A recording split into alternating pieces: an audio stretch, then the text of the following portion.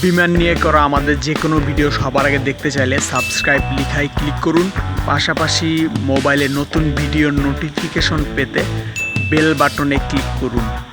ধন্যবাদ সবাইকে। মনির the airplane লাভার চ্যানেলের পক্ষ থেকে স্বাগত। আজকে আমি ঢাকা থেকে সিলেট যাব বিমানে। 12টায় ফ্লাইট, দুপুর 12টায় আমাকে সিলেটে পৌঁছায় দিবে 12:45-এ। কেউ ফ্যামিলির কেউ জানে না যে আমি প্লেনে যাচ্ছি। তো প্লেনটা যদি ক্র্যাশ করে তাহলে আসলে আমার লাশ খুঁজে পাবে না। এখন আমি এয়ারপোর্টে চলে আসছি, সামনে শাহজালাল আন্তর্জাতিক বিমানবন্দর। তো আজকে আমি যে ফ্লাইটে যাব সেটা হলো দুপুর 12টায়। এই ফ্লাইটটা প্রতিদিনই বিমানের, এই ফ্লাইটটা প্রতিদিনই হয়। আমি সিলেটে যাব, আমার ফ্লাইট হলো 12টায়। আমার বোর্ডিং পাস কিছু নেওয়া হয় না। তো এই পাশে হলো ভিআইপি টার্মিনাল। সেই ভিআইপি টার্মিনাল দিয়ে প্রধানমন্ত্রী যাবে, এই জন্য এত নিরাপত্তা। ব্যাগে আমারই ছিল একটা কেচি ছিল, সে কেচিটা রেখে দিছে। কেচি নিয়ে বিমানে ওঠা যাবে না, তো কি আর করা।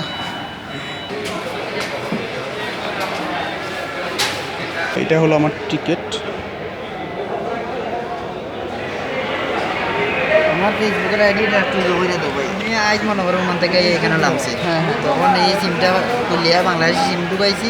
তখন এই নাম্বার দিয়ে, আগের নাম্বার দিয়ে আগের আইডিটা চালু করুন, এই মোবাইলে। আচ্ছা, ইন্টারনেট কেনা আছে? হ্যাঁ, এই তো নাম আছে। এখানে নাম মারবেন আর নিচের নাম মারবেন হলো পাসওয়ার্ড। আজকে দেশে আসলাম ভাই। বাসা কোথায়? সিলেট। আচ্ছা, আপনি কি আমাদের প্লেনে যাবেন? হ্যাঁ।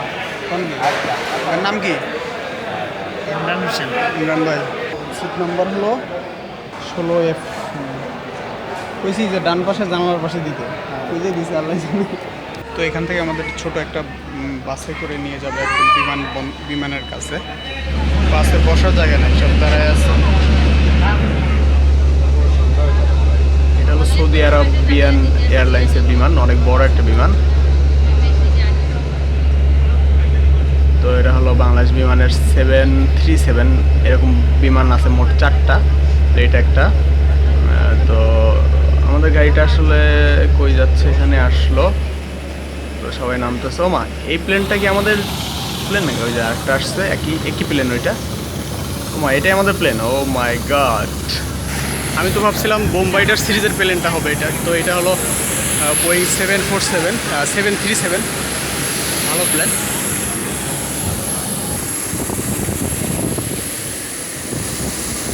পুরা বিমান কাছে আমরা উঠতেছি এখন।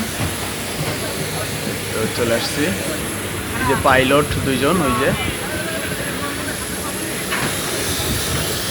ভিতরে ঢুকে যাই। ওয়ালাইকুম আসসালাম। আমাদের টিকিট চেকিং হলো একদম ভিতরে। তো এই যে সিটগুলো দেখতেছেন, এগুলো হলো বিমানের সিট। তো এগুলো হলো সামনের সিটগুলো অনেক বড় বড়, এগুলো হলো ইকোনমি বিজনেস ক্লাস বলে। এই সিটগুলো অনেক বড়, এগুলো প্রায় 5-6 হাজার টাকার টিকিট।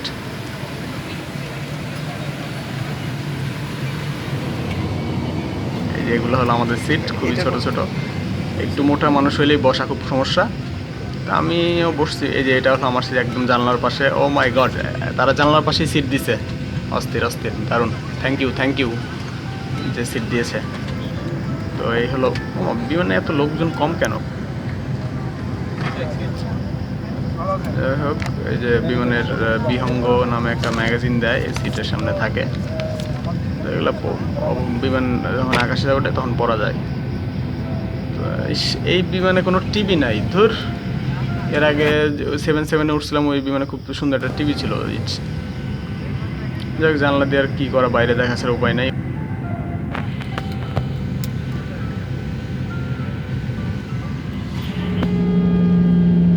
ও আমাদের যে ওই যে দূরে বিমানের পুরাতন বিমানগুলা।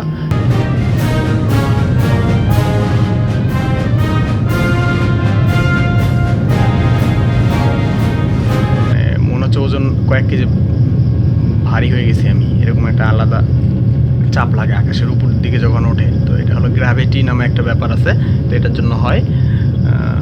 তো আমরা এখন উপরে উঠতেছি, আকাশে মেঘ। যাই হোক, ওই যে নিচে ঢাকা।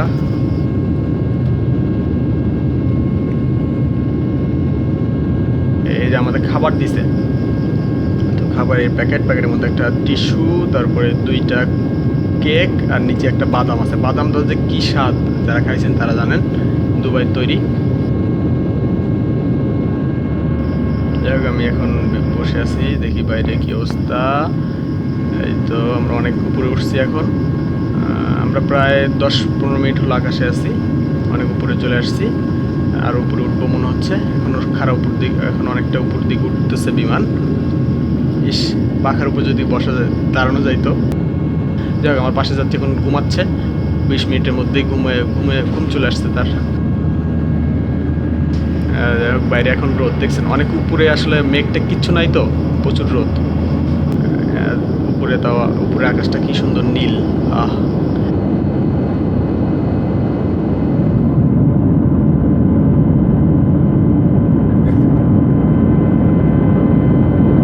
পাশের সিটগুলো দেখছেন সব ফাঁকা, মানে আমাদের পুরো প্লেনটা ফাঁকা ছিল, আসলে লোকজন বলতেই ছিল না। আমরা প্রায় 30 থেকে 40 জন ছিলাম বিশাল একটা প্লেনে, মাত্র 30-40 জন মানুষ।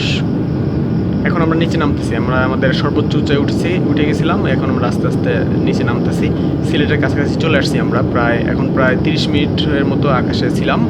তো আমরা সিট বেল্ট কিন্তু সবাইকে বাঁধতে হবে, মাস্ট সিট বেল্ট অবশ্যই বাঁধতে হবে।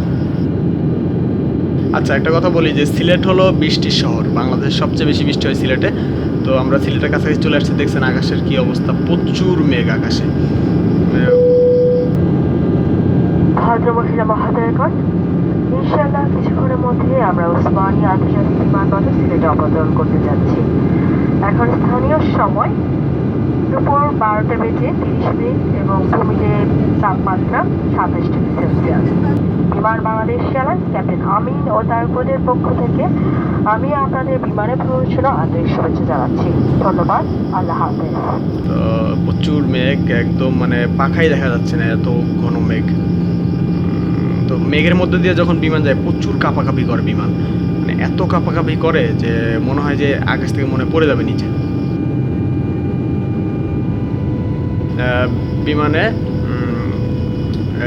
জানালা কেন খোলা যায় না, এবং দ্বিতীয় প্রশ্নটা হলো বিমানের ইঞ্জিনটা কোথায় থাকে, পাখায় থাকে নাকি বিমানের বডির মধ্যে থাকে।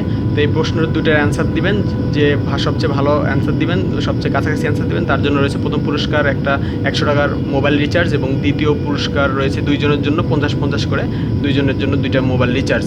তো এই পুরস্কারের উত্তরটা দেওয়া হবে আজ থেকে 2 মাস পরে।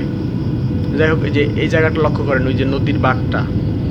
তো আমরা প্রায় অনেক কাছে চলে আসছি, আমরা মনে হয় অচিরেই নামতেছি, খুব দ্রুত নিচে নামে আসছি। এটা মনে হয় 1000 ফিট উপরে আছি আমরা আকাশ থেকে। তো সিলেটে কী পরিমাণ বৃষ্টি হয় আপনারা হয়তো দেখতেছেন, যে নিচে শুধু পানি আর পানি। তো আমরা মনে হয় প্লেনটা অনেক বাঁক নিচ্ছে, একটা বাঁক নেওয়ার সময় মনে হয় যে আকাশ থেকে আমরা ছিটকে পড়ে যাবো। আমরা সিলেটে চলে আসছি প্রায় 35 মিনিটের মধ্যেই। তো আমরা কিরে ভাই, ল্যান্ডিং করবে তো এখন কি হচ্ছে, ওমা আবার উপর দিকে উঠতেছে। কি ভাই, বিমানবন্দরে কি রানওয়ে ফাঁকা নাই নাকি? হায় হায়, মেঘের মধ্যে যে প্লেন গেলে কি সুন্দর লাগে, কিন্তু এই মেঘগুলো এত ঘন যে আমার মনে হচ্ছে নিচে কোনো সমস্যা হয়েছে, বিমানবন্দরে মনে হচ্ছে কোনো ঝড় হচ্ছে, অথবা প্রচণ্ড বৃষ্টিতে মনে হয় নামতে পারতেছে না, অথবা অন্য কোনো বিমান আছে, এই জন্য হয়তো আমাদের নামতে দিচ্ছে না। সিলেট তো বৃষ্টির শহর, ঝড়ের শহর, ঝড় বৃষ্টি আসতে তাদের কোনো 1 মিনিট সময় লাগে না। তো এখন মনে হয় অনুমতি দিচ্ছে না নামার, যে এখন সিলেটে প্রচুর ঝড় হচ্ছে তো অথবা বৃষ্টি হচ্ছে। আকাশে ওরা কতক্ষণ করবে, যখন তেল শেষ হয়ে যাবে তখন কী হবে আসলে। হায় হায়, মাঝে মধ্যে মনে হয় যে কেন যে উঠলাম।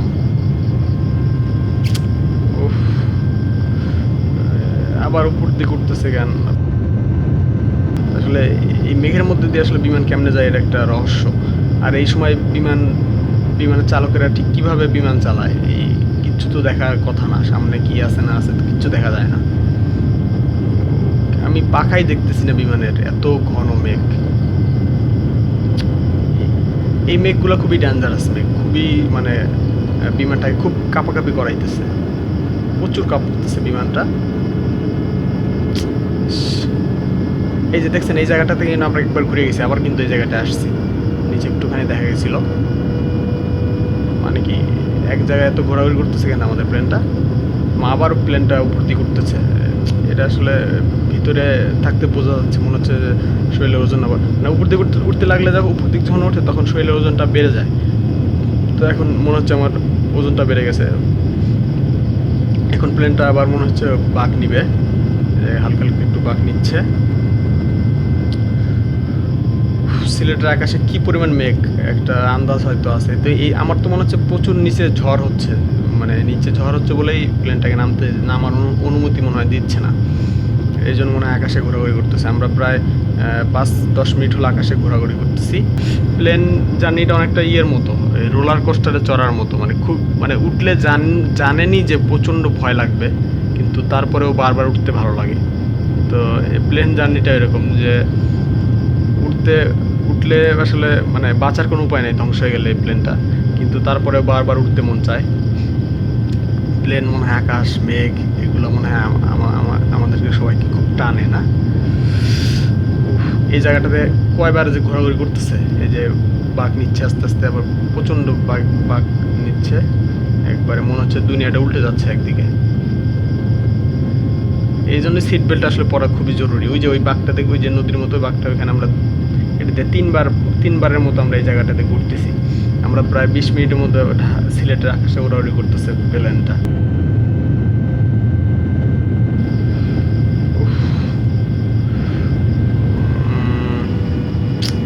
কি যে হচ্ছে কিছু বুঝতেছি না, আকাশে যে কি ঘন মেঘ। সিলেটের বৃষ্টি তো খুব ভালো লাগে, কিন্তু আজকে কেন বৃষ্টি হচ্ছে?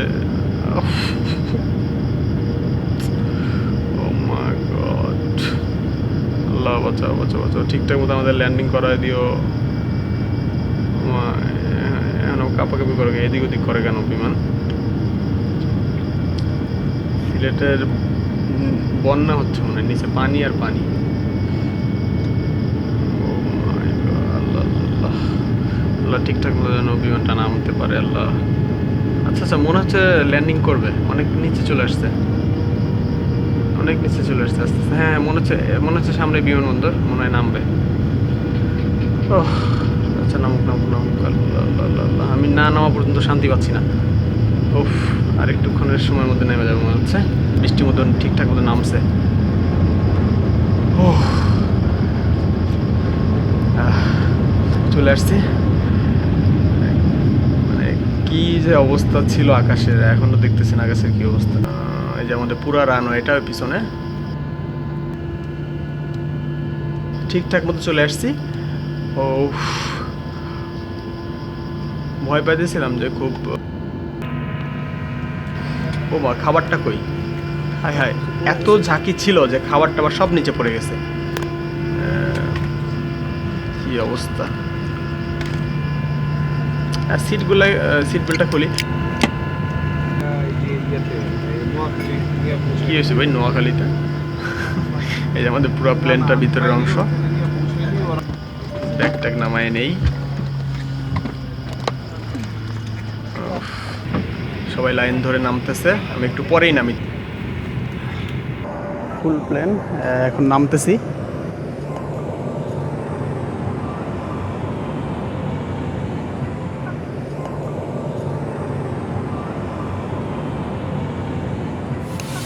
অবশেষে নামলাম, চলে আসছি। এখন বাজে 12:55। আকাশে বেশ কিছুক্ষণ ঘোরাঘুরি করছে, বেশ ভয় পাইছিলাম।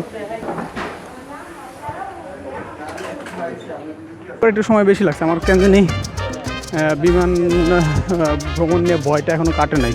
আজকে যেরকম আকাশে ঘোরাঘুরি করলো কিছুক্ষণ, আজকেও অনেক ভয় পাইছিলাম। সিলেটে আসবো আর বৃষ্টি হবে না, এটা কোনো কথা? বৃষ্টি শুরু হয়ে গেছে।